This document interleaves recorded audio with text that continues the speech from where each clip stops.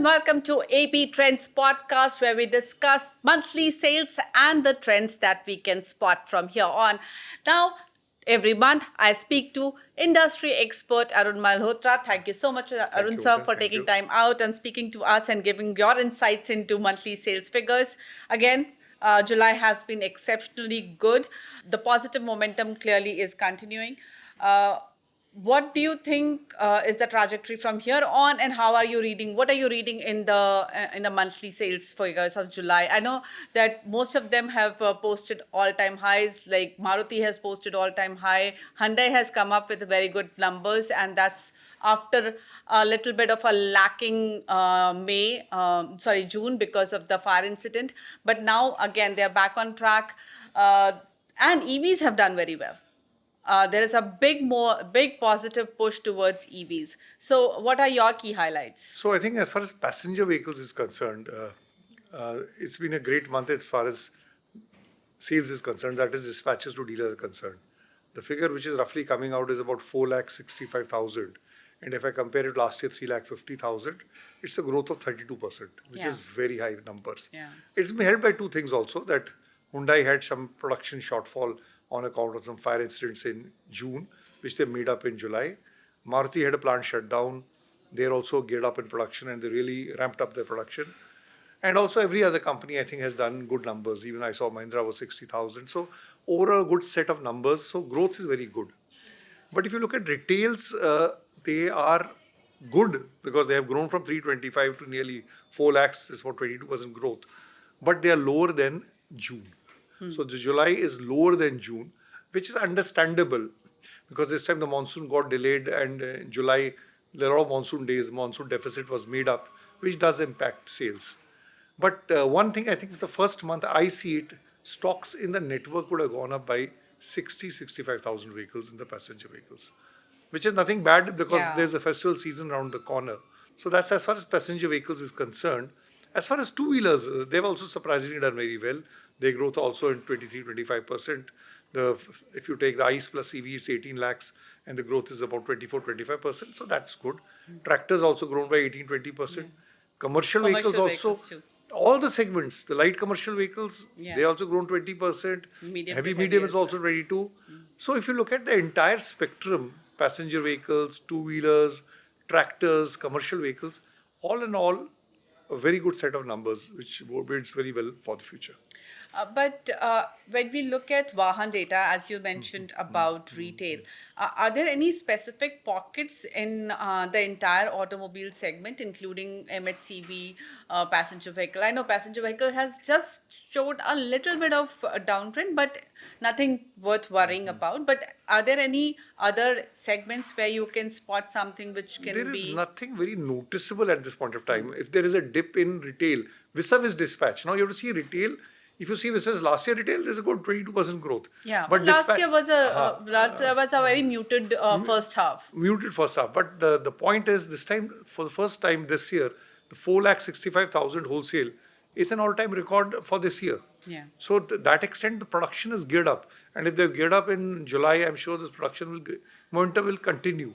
So nothing to worry on, but I think with everybody increasing capacity, new plants coming up, new capacities, you hear every company saying we are expanding capacity, then the pressure will come. Because if the production starts happening and suppose next month we dispatch 4,80,000 instead of 465, then the momentum build up, it will be a good time for the customers. More competition means better schemes and better offers. But what's happening on the discounting front? Have you been able to track that? But the sense that I got from a couple of people is that discounting has actually reduced this month. So since there have been always challenges in terms of production and the gear up of production has actually happened in the last 10 days of July. So discounting was not there. But probably I feel August will see a slightly better discounts in the market. But August sales might be good again, especially compared to last year, because last year there wasn't much sales happening in anticipation of GST reduction. GST came in August 15th later, the sales had stopped. So August will be a great month if you go dispatches, but that's not the right indication. The right indication or the hour of reckoning will come in middle of September onwards and October. That will be the hour of reckoning. Yeah, till then, Till this. year-on-year figures will be great. But what's good about these figures are that on their own also, even if you do not compare month on month, then too these figures are pretty good. Absolutely. No two questions. And I think the EV momentum is phenomenal. Yeah. If you look at passenger vehicles, we are talking of nearly 30,000 sales, Vahan sales, approximately. And last year was of 15.5, so 90% growth. In two-wheelers, there's a magic figure of 2 lakhs Yeah. crossed in terms of retail. So if you cross 2 lakhs, you're again on 95% growth. So both passenger vehicles and two-wheelers in retail terms growing by 95%. And penetration on two-wheelers have now touched more than 11%.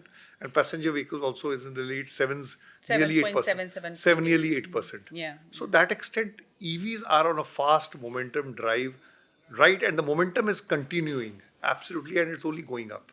So that's a very, very unique concept which is happening. Do you think it's happening because of petrol price, or why are we seeing such a big momentum happening this year towards EV? So there are two, three reasons. Let's take the bigger reasons beyond what's happening currently. The number of companies and the number of models being offered in the EV portfolio is very high. Tata has got 6, Mahindra has got 4, Maruti also come to the act, e-Vitara, and they plan to raise production. MG is there. Now you had the new launch from Cyros also, which was there. So effectively, about 10 companies offering about 15, 20 products. And somehow the focus on charging infrastructure has grown dramatically, and people are finding charging is not that challenge. So that's a regular sort of growth which is happening. So these factors are combining to give it a better edge. And same is case in two-wheelers, because two-wheelers also the choice of models is higher today. I mean, that's part of it. But the second part which you mentioned is on the fuel price hike and the anticipated fuel price hike, although it wasn't to that extent. That also helped EV, because you can say the tipping point between return on investment is becoming more favorable towards EV as far as concerned. So that's also happening, that part of it. And do you think E20 is also contributing to it? Too early to say. Definitely. See, one thing which is there, and I don't have the exact figures, but I'll sticking my neck out. I think this is the first month, and the figures will come out. I hope they bear me out. The petrol proportion in passenger vehicles has gone below 50% in the first time in the auto industry. I hope what I'm saying is correct. Yeah. And one thing very surprising, also is that CNG has also grown. Yeah. CNG used to be growing. 21%, now it's 24% of the market. Yeah. So CNG is growing by 3% this year. EV is growing by 3%. Now if 3 and 3% is growth there. And diesel is stable. Diesel is slightly dip stable. Yeah. Hybrid, Very 0.5. Yeah. Hybrid has lost out about a Yeah. percent, but the fall of 3.5% has come in passenger, has come in petrol. So that completes the pie. Yeah. Okay. Now on E20, we have seen that there is a lot of noise going on about E20. What do you think is happening in the market? Are people apprehensive? Because again, as you said, petrol people, there is a bit of apprehension in people around stemming from E20. So clearly, there are a lot of news in the market, and two things. One was the government admitted that the fall in fuel efficiency is between 4 to 6%. 2 days back, there was an admission that in older vehicles of BS3, which will be sizable in numbers, and that's a customer who's got kept vehicles for a long time, there could be replacement in terms of faster replacement of gaskets or rubber parts. So what's happening, I think, I personally feel we are hearing stories one by one. I think what is required, and I'm nobody here to advise the government, I'm sure government has much better understanding of things. We need to have a complete picture of the next picture could be, we are talking of dispensing stations, that in the tanks there could be water. So answer all possible questions which have come out, face to face, straight. Yeah. Okay, the most difficult questions also. Otherwise, somebody is going to pull a spin. Generally, there's not much of a problem. The problem which are projected are way much than what the real issue is. I think the benefits far outweigh the challenges which are there. The benefits in terms of Forex better vehicles, reserves. foreign exchange thing, agriculture, even in terms of the engine smoothness, even the drivability. There will be something trade-offs. In smoothness, They you say mean the response, the initial response is better. response? Yeah. Response is the noise is also, they say, is lesser. The point is there has to be a trade-off when you do something. So you can't get everything positive and not negative. And sometimes when the negatives are not projected properly, proactively, then more questions arise. So I think full back-to-back has to be done. I think the government is doing it, but I think it could have been, the way it has been communicated in parts and Yeah. pieces, Yeah. could have been better. Now, in hindsight, everything is right, but that's the way I look at it. What are you expecting for the year?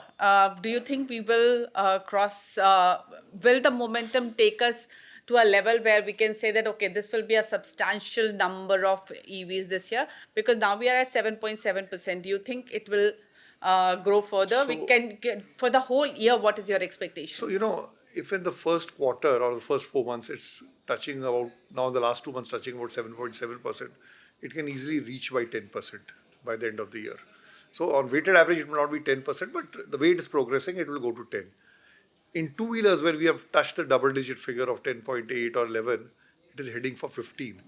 And if in two-wheelers, any of the four big five companies come out with a good quality, good priced motorcycle, it can really zoom up. That's the thing waiting, and I think all companies are working on it, but I don't think it is just round the corner. Yeah. But that can be the big edge point. And probably in EVs, you have one company, Tata Motors, which is more of the mass-based. Most of the companies have price points above 15, 18 lakhs. If you have more mass-based products coming in, it will further give a fillip to EVs in passenger vehicles also. Okay. Now, have you seen any company which you think is performing better, or do you see any standout points anywhere? So, look at it. Or pressure points So also. let's look at in two-wheelers. They used to be, the leadership position always used to keep changing in two-wheelers for the last 5 years. First, it used to be the whole Hero Electric, Okinawa, then it was sometime Bajaj and TVS. Today, if you look at the last 2-3 months, and it's clear, TVS has become the clear leader as far as EV is concerned. The gap in market share is about 4 to 5%, which is substantial. In passenger vehicles, although Tata Motors has in volume terms high, but one point which is being done is if you take by the value of the product, Mahindra has Mahindra. overtaken it. Yeah. So it's a good neck-to-neck race. And Maruti at the moment still is focusing on exports a large way. Domestic, they're given 2,000 a month. So that's another question. So I believe every company is putting its best foot forward. Kia is doing it. Hyundai will definitely do it. So I think everybody is putting it and they're seeing the results of it. The companies which have missed out on the EV thing, they are losing volumes up till now. Yeah. So one of the reasons why people talk about Hyundai, why Hyundai is behind, one is look at the 12,000 which comes from for Just- Tata Motors, 8,000, 7,500 which comes from. So I think EV focus will be there. Companies which are still not in the race will jump in into a big way now. And they are losing out as And of they now. will jump in. It's not that difficult to jump in. Yeah. I mean, look at Hero Motors in two-wheelers. There was nowhere 1 year back. Today, they're doing 20,000 volume, which is not small by any standards. Raw material prices trajectory, the prices haven't cooled off. They've become somewhat stable after the brief ceasefire between US and Iran, but that situation hasn't changed yet. So what are your expectation in terms of raw material prices? Do you think we may see some more price hike on the vehicle side? So clearly, I mean, look at volumes have grown substantially. So somewhat the impact is not seen through the financial results. But if you look at the Maruti results which came out yesterday, in spite of major increase in volumes, their contribution or their net profit and even their EBITDA has gone down. So I think companies have not given it to their vendors. Companies which they have the pressure on, they have not passed it fully to the customers. And there was anticipation fuel will go down, so she will normalize. I think there will be pressure on prices clearly.